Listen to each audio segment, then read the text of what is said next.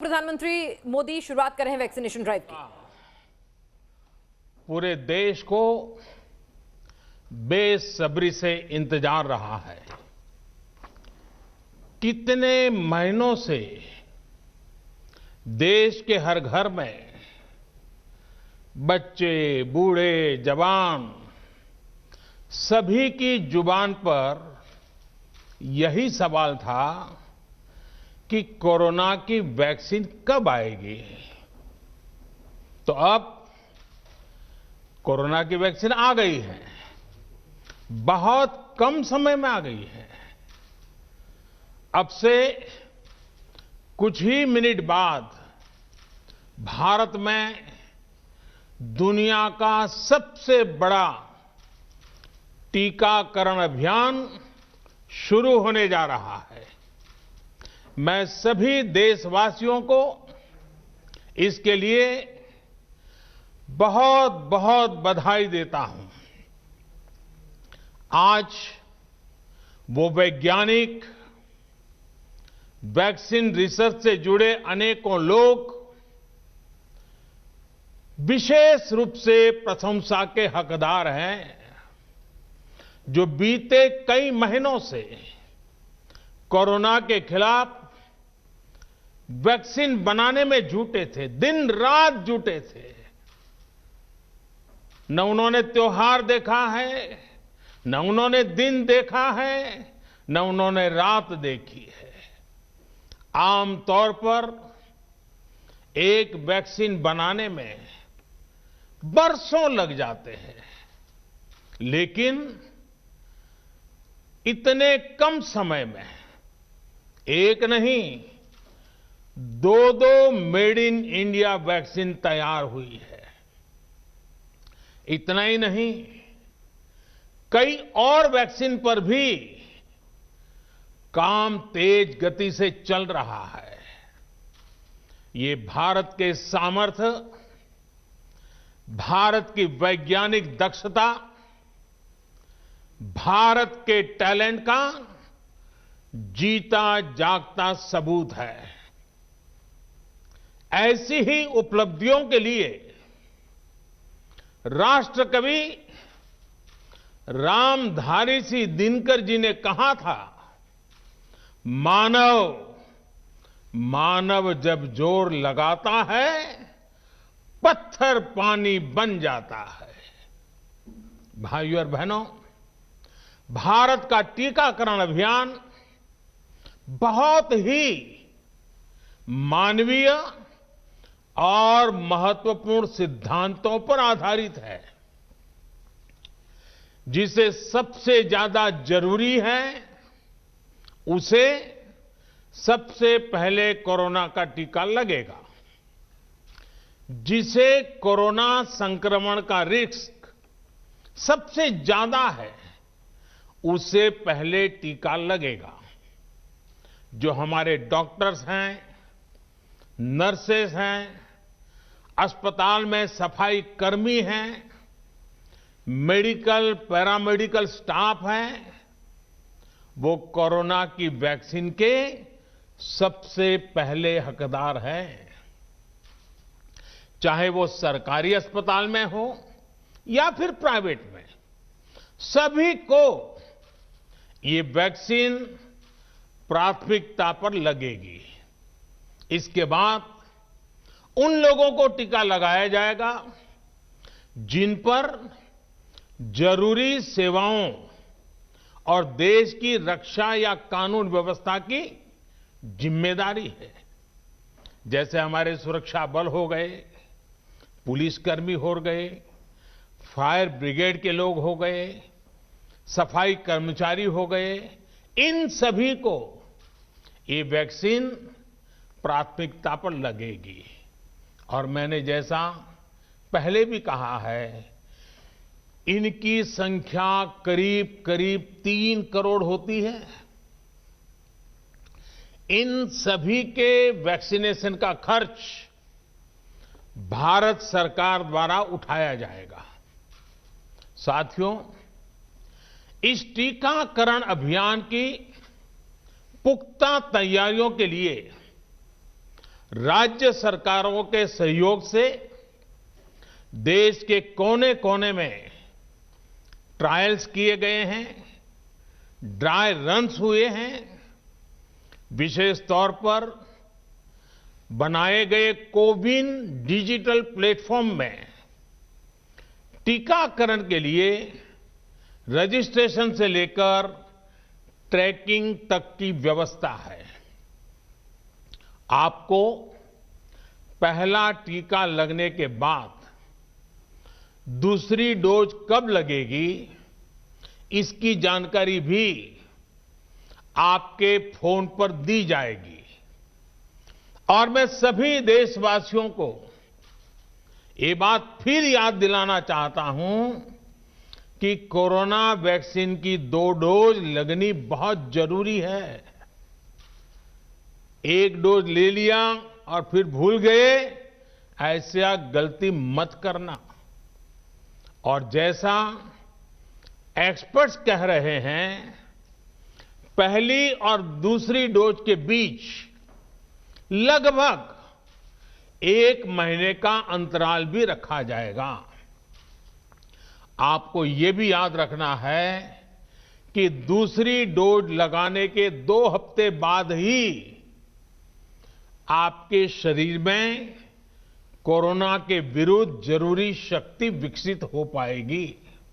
इसलिए टीका लगते ही आप असावधानी बरतने लगें, मास्क निकाल कर रख दें, 2 गज की दूरी भूल जाएं, ये सब मत करिएगा। मैं प्रार्थना करता हूं, मत करिएगा।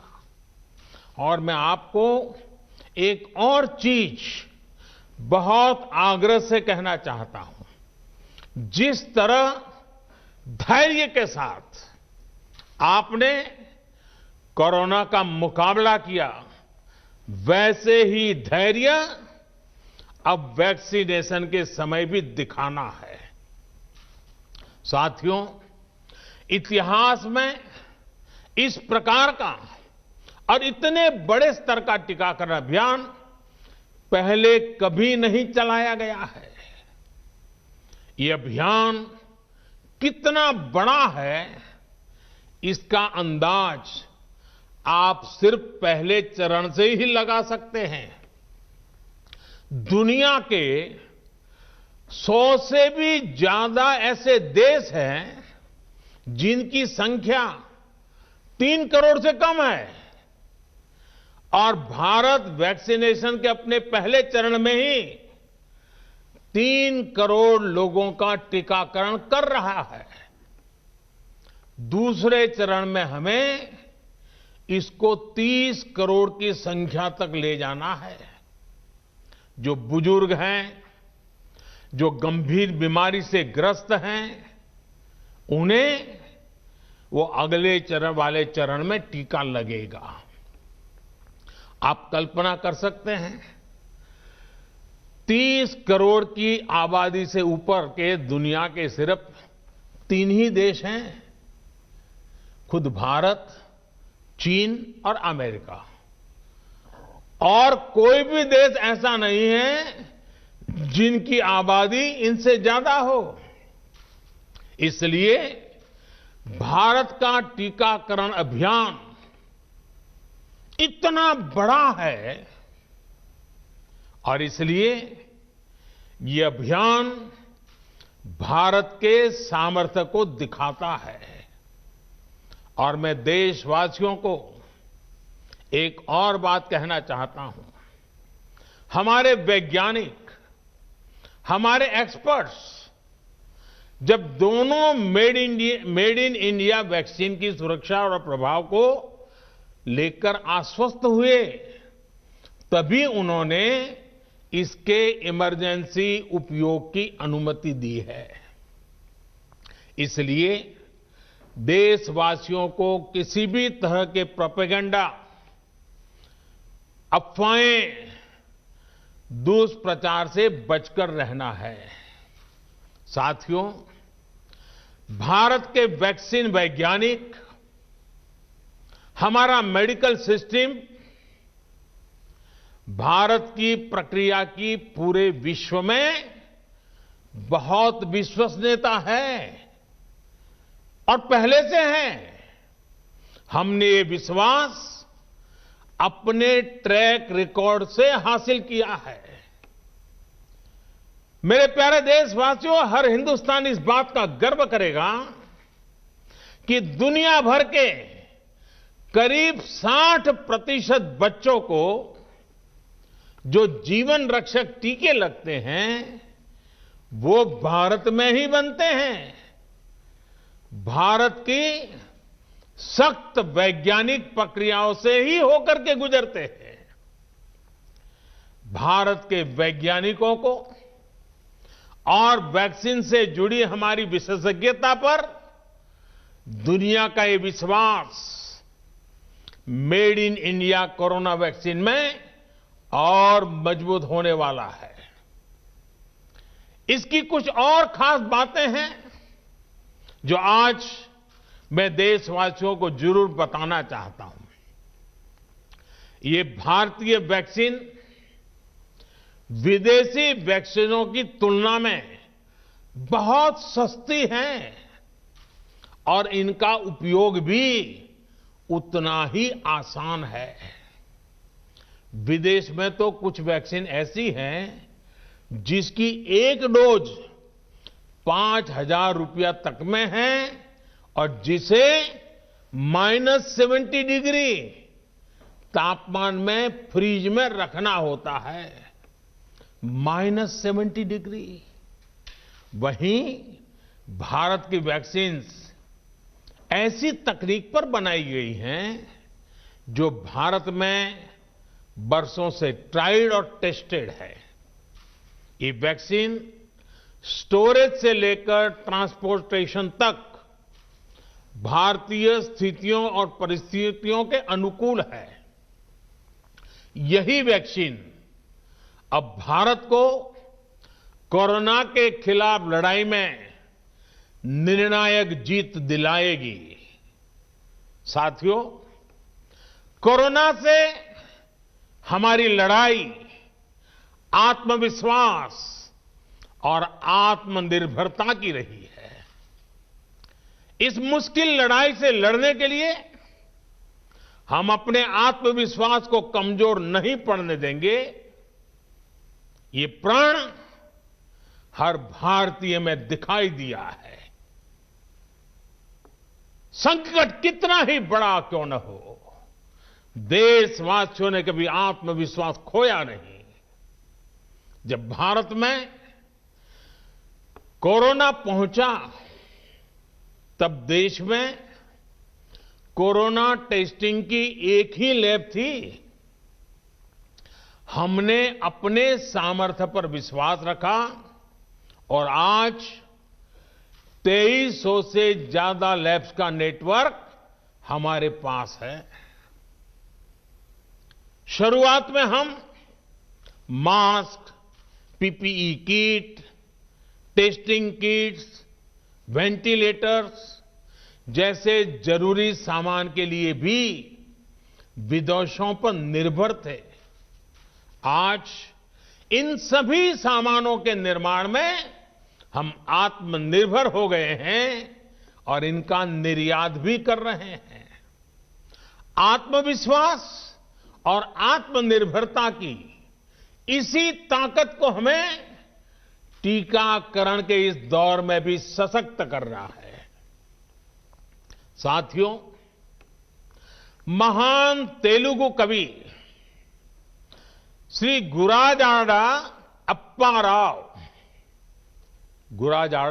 राव ने कहा था, सौंत लाभम कौंत मानुको, सौंत लाभ कौंत मानुको, पौरु गुवाडिकी तोड़ू पाड़बोए, देश मंटे मट्टी कादोई, देश मंटे मनुष्य लोय। यानी हम दूसरों के काम आए, ये निस्वार्थ भाव हमारे भीतर रहना चाहिए। राष्ट्र सिर्फ मिट्टी, पानी, कंकड़, पत्थर से नहीं बनता, बल्कि राष्ट्र का अर्थ होता है हमारे लोग। कोरोना के विरुद्ध लड़ाई को संपूर्ण देश ने इसी भावना के साथ लड़ा है। आज जब हम बीते साल को देखते हैं तो एक व्यक्ति के रूप में, एक परिवार के रूप में, एक राष्ट्र के रूप में हमने बहुत कुछ सीखा है, बहुत कुछ देखा है, जाना है, समझा है। आज भारत जब अपना टीकाकरण अभियान शुरू कर रहा है तो मैं उन दिनों को भी याद कर रहा हूं।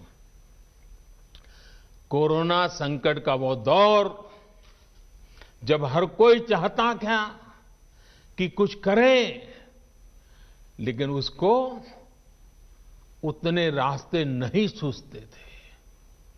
सामान्य तौर पर बीमारी में पूरा परिवार बीमार व्यक्ति की देखभाल के लिए जुट जाता है, लेकिन इस बीमारी ने तो बीमार को ही अकेला कर दिया।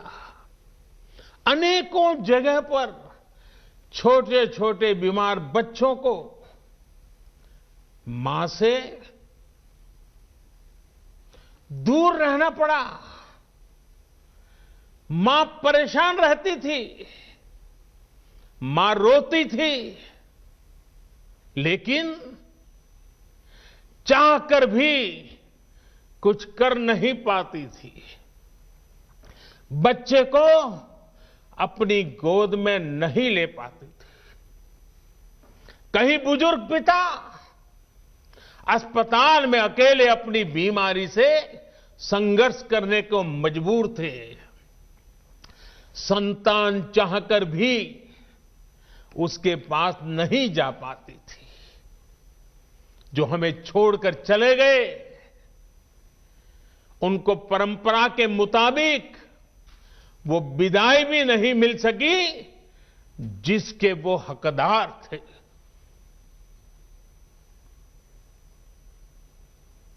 जितना हम उस समय के बारे में सोचते हैं, मन सिहर जाता है, उदास हो जाता है। लेकिन साथियों, संकट के उसी समय में, निराशा के उसी वातावरण में कोई आशा का भी संचार कर रहा था। हमें बचाने के लिए अपने प्राणों को संकट में डाल रहा था। हमारे डॉक्टर, नर्स, पैरामेडिकल स्टाफ,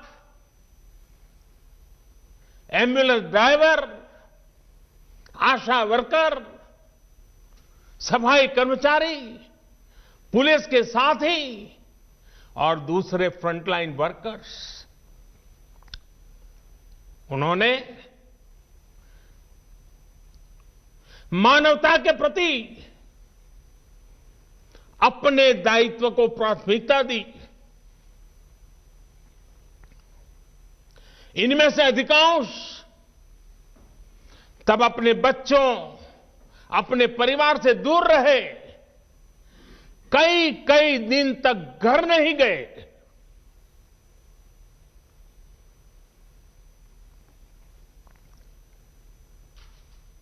सैकड़ों साथी ऐसे भी हैं जो कभी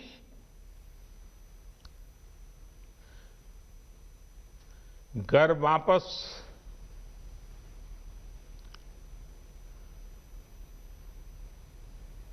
लौट ही नहीं आ पाए।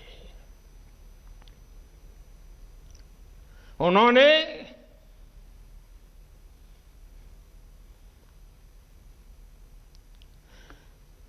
एक एक जीवन को बचाने के लिए अपना जीवन आहुत कर दिया। इसलिए आज कोरोना का पहला टीका स्वास्थ्य सेवा से जुड़े लोगों को लगाकर एक तरह से समाज अपना ऋण चुका रहा है। ये टीका उन सभी साथियों के प्रति कृतज्ञ राष्ट्र की आदरांजलि भी है। भाइयों और बहनों, मानव इतिहास में अनेक विपदाएं आई, महामारियां आई, भीषण युद्ध हुए, लेकिन कोरोना जैसी चुनौती की किसी ने कल्पना नहीं की थी। ये एक ऐसी महामारी थी जिसका अनुभव ना तो साइंस को था, ना ही सोसाइटी को था। तमाम देशों से जो तस्वीरें आ रही थी, वो खबरें आ रही थी, वो पूरी दुनिया के साथ साथ हर भारतीय को विचलित कर रही थी। ऐसे हालात में दुनिया के बड़े बड़े एक्सपर्ट्स भारत को लेकर तमाम आशंकाएं जता रहे थे, लेकिन साथियों,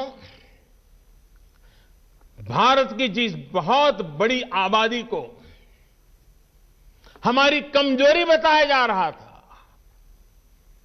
उसको ही हमने अपनी ताकत बना दिया। भारत ने संवेदनशीलता और सहभागिता को लड़ाई का आधार बनाया। भारत ने 24 घंटे सतर्क रहते हुए, हर घटनाक्रम पर नजर रखते हुए सही समय पर सही फैसले लिए।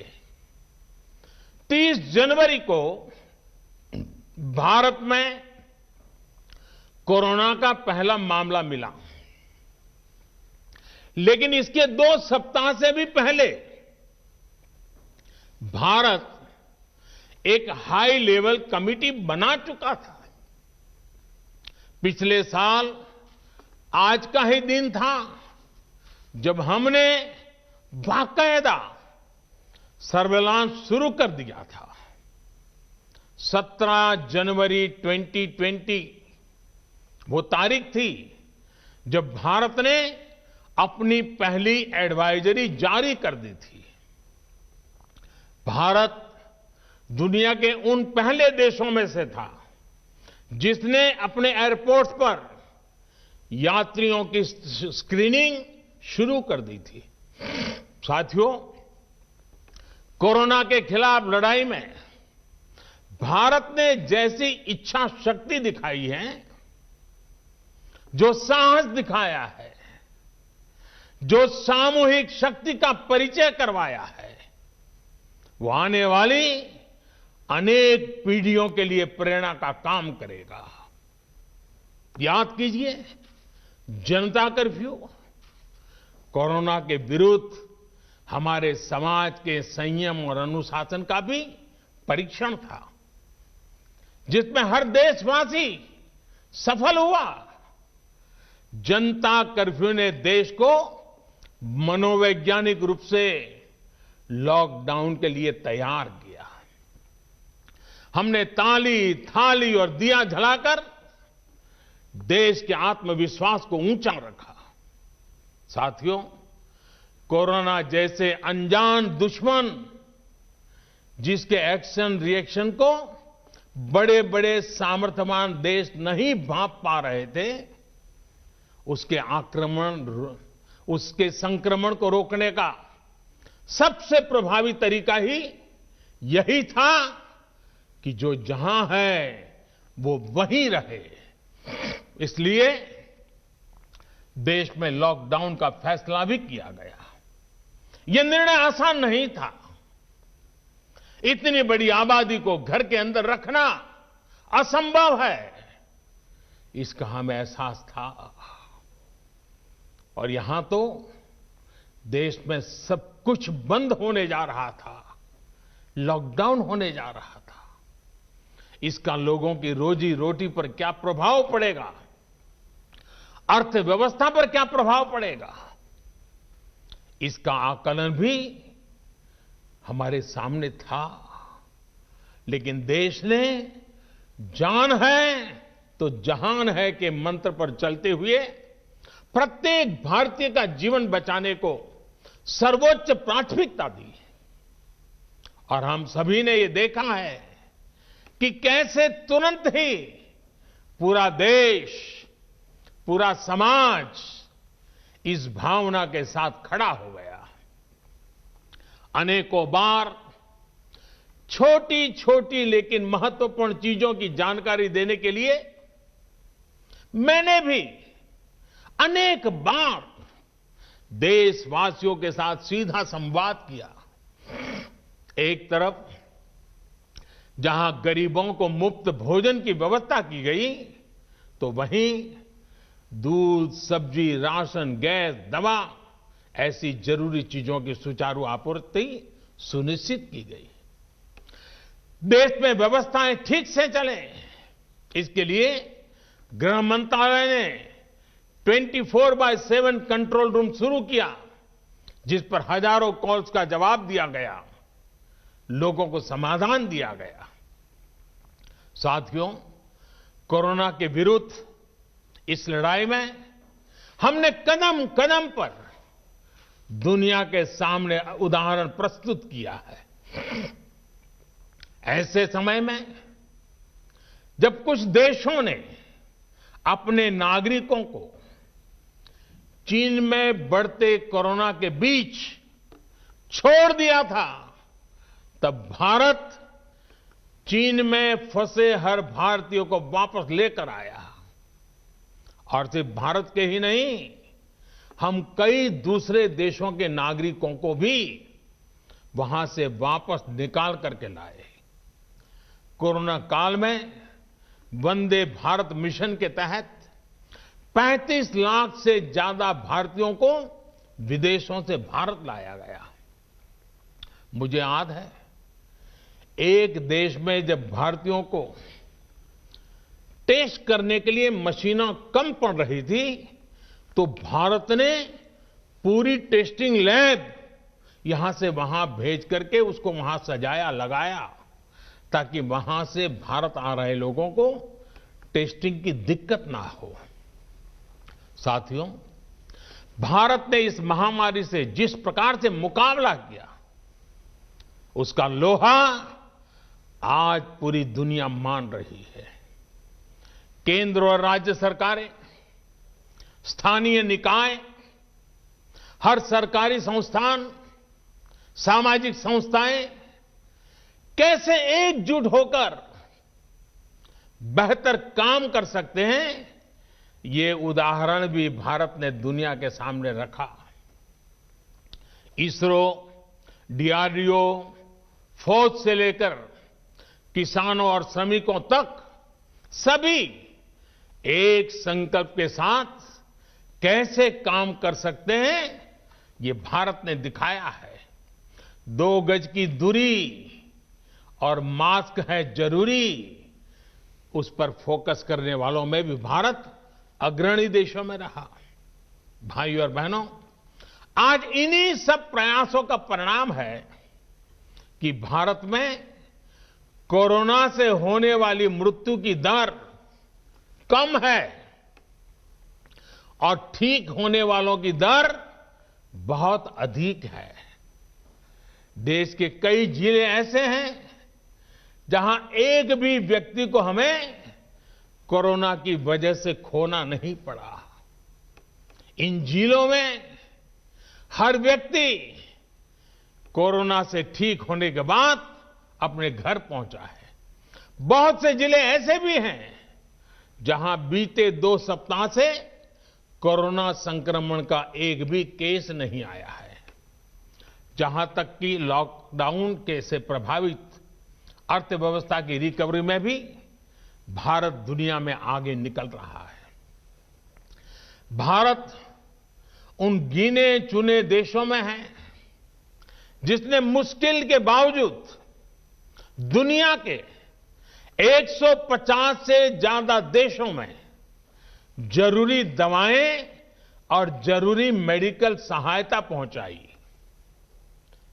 पैरासीटामोल हो, हाइड्रोक्सी क्लोरोक्वीन हो, टेस्टिंग से जुड़ा सामान हो, भारत ने दूसरे देश के लोगों को भी बचाने की हर संभव कोशिश की। आज जब हम अपनी वैक्सीन बना ली है, तब भी भारत की तरफ दुनिया आशा और उम्मीद की नजरों से देख रही है। हमारा टीकाकरण अभियान जैसे जैसे आगे बढ़ेगा, दुनिया के अनेक देशों को हमारे अनुभव का लाभ मिलेगा। भारत की वैक्सीन, हमारी उत्पादन क्षमता पूरी मानवता के हित में काम आए, ये हमारी प्रतिबद्धता है। भाइयों और बहनों, ये टीकाकरण अभियान अभी लंबा चलेगा। हमें जन जन के जीवन को बचाने में योगदान देने का मौका मिला है और इसलिए इस अभियान से जुड़ी प्रक्रिया को, उस प्रक्रिया का हिस्सा बनने के लिए भी देश में वॉलेंटियर आगे आ रहे हैं। मैं उनका स्वागत करता हूं और भी अधिक वॉलेंटियर्स को मैं अपना समय इस सेवा कार्य में जोड़ने के लिए जरूर आग्रह करूंगा। हां, जैसा मैंने पहले कहा, मास्क, 2 गज की दूरी और साफ सफाई ये टीके के दौरान भी और बाद में भी जरूरी रहेंगे। टीका लग गया तो उसका अर्थ ये नहीं कि आप कोरोना से बचाव के दूसरे तरीके छोड़ दें। अब हमें नया प्रण लेना है। दवाई भी, कड़ाई भी। दवाई भी, कड़ाई भी। आप सभी स्वस्थ रहें, इसी कामना के साथ इस टीकाकरण अभियान के लिए पूरे देश को बहुत बहुत शुभकामनाएं देता हूं। देश के वैज्ञानिकों का, रिसर्चर्स का, लैब में जुड़े हुए सब लोगों का, जिन्होंने पूरे साल एक ऋषि की तरह अपनी लैब में जीवन खपा दिया और ये वैक्सीन देश और मानवता को दी है। मैं उनको भी विशेष रूप से अभिनंदन करता हूं, उनका आभार व्यक्त करता हूं। मेरी आप सबको बहुत बहुत शुभकामनाएं हैं। आप जल्द इसका लाभ उठाएं, आप भी स्वस्थ रहें, आपका परिवार भी स्वस्थ रहें, पूरी मानव जात इस संकट की घड़ी से बाहर निकले और स्वस्थता हम सबको प्राप्त हो। इसी एक कामना के साथ आप सबका बहुत बहुत धन्यवाद।